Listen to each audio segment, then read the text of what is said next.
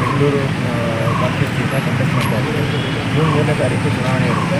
ಯಾರು ಪದವೀಧರರು ಈ ಪದವೀಧರ ಕ್ಷೇತ್ರ ಮತ್ತು ನೋಂದಣಿ ಮಾಡ್ಕೊಂಡಿದ್ದಾರೆ ಅವರು ಓಟ್ ಹಾಕ್ಬೋದು. ಇದು ಒಂದು ತುಂಬ ಮುಖ್ಯವಾದ ಚುನಾವಣೆ. ಏನಕ್ಕೆ ಅಂದರೆ ಇದು ಕಾಗದ ಮತದ ಚುನಾವಣೆ. ಆಮೇಲೆ ಪ್ರಾಶಸ್ತ್ಯ ಮತ ಅಂದರೆ ಇದು ಪ್ರಿಫರೆನ್ಷಿಯಲ್ ವೋಟಿಂಗ್ ಮಾಡ್ತಿದ್ದಾರೆ. ವೋಟರು 1, 2, 3, 4 ಅಂತ ನಿಂತಿರೋ ಪ್ರತಿಯೊಬ್ಬರಿಗೂ ಅವರ ಪ್ರಿಫರೆನ್ಸನ್ನು ಹಾಕ್ಬೋದು.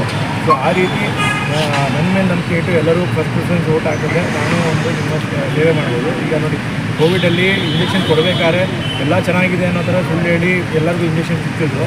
ಎಷ್ಟೋ ಜನ ಸತ್ತೋದ್ರು, ಎಷ್ಟೋ ಜನ ಕಾಯಿಲೆ ಬಂದಿದೆ. ಇವಾಗ ಬದುಕಿರೋರು ಸಾಯಬೇಕು ಅನ್ನೋ ಥರ ಇವಾಗ ಸತ್ಯ ಹೇಳ್ತಾ ಇದ್ದಾರೆ. ಇಂಜೆಕ್ಷನ್ ಅಂತ ತೊಂದರೆ ಆಗ್ತಿದೆ ಅಂತ. ಇಂಥ ಷಡ್ಯಂತ್ರ ಮಾಡೋ ಈ ಕುತಂತ್ರಿ ಪಕ್ಷಗಳನ್ನ ನಾವು ಗೆಲ್ಲಿಸಿದ್ರೆ ನಾವಿನ್ನೂ ಪಕ್ಷ ಪ್ರಭುತ್ವದಲ್ಲೇ ಆಗಬೇಕಾಗತ್ತೆ. ಪಕ್ಷ ಪ್ರಭುತ್ವ ಬಿಟ್ಟು ನಿಜವಾದ ಪ್ರಜಾಪ್ರಭುತ್ವ ಬೇಕಂದರೆ ಸ್ವತಂತ್ರ ಅಭ್ಯರ್ಥಿಗಳು ವೋಟ್ ಹಾಕಿ. ಆವಾಗ ನಾವೆಲ್ಲರೂ ಒಗ್ಗಟ್ಟಾಗಿ ನಾವು ನಿಜವಾಗ್ಲೂ ಸ್ವಾತಂತ್ರ್ಯವಾಗಿ ಆರೋಗ್ಯವಾಗಿ ನಾವು ಜೀವನ ನಡೆಸ್ಬೋದು. ಅದು ನಮ್ಮಂಥವರು ಹೋರಾಟ ಮಾಡ್ತಿರೋರು EVM ವಿರುದ್ಧ ಹೋರಾಟ ಮಾಡಿದೆ. ಆಮೇಲೆ ಈ ಒಂದು ಸರ್ವೋಚ್ಚತೆ ಮನೋವಿಕಾರತೆ ವಿರುದ್ಧ ಹೋರಾಟ ಮಾಡಿದ್ದೀನಿ.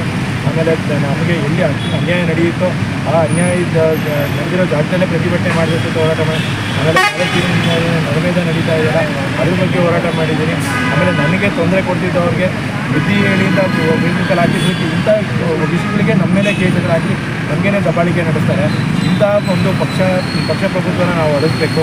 ಬನ್ನಿ ಎಲ್ಲರೂ ಒಗ್ಗಟ್ಟಾಗಿ ಒಂದು ಹೋರಾಡೋಣ, ಸತ್ಯಯುಗ ಕಟ್ಟೋಣ, ಭೂಮಿ ಸ್ವರ್ಗ ಮಾಡೋಣ. ಈ ಪದವೀಧರ ಕ್ಷೇತ್ರ ಚುನಾವಣೆ ಹಾಗೆ ಕರ್ನಾಟಕದಲ್ಲಿ ಇನ್ನೂ 5 ಕ್ಷೇತ್ರಗಳಲ್ಲಿ ಚುನಾವಣೆ ನಡೀತಾ ಇದೆ.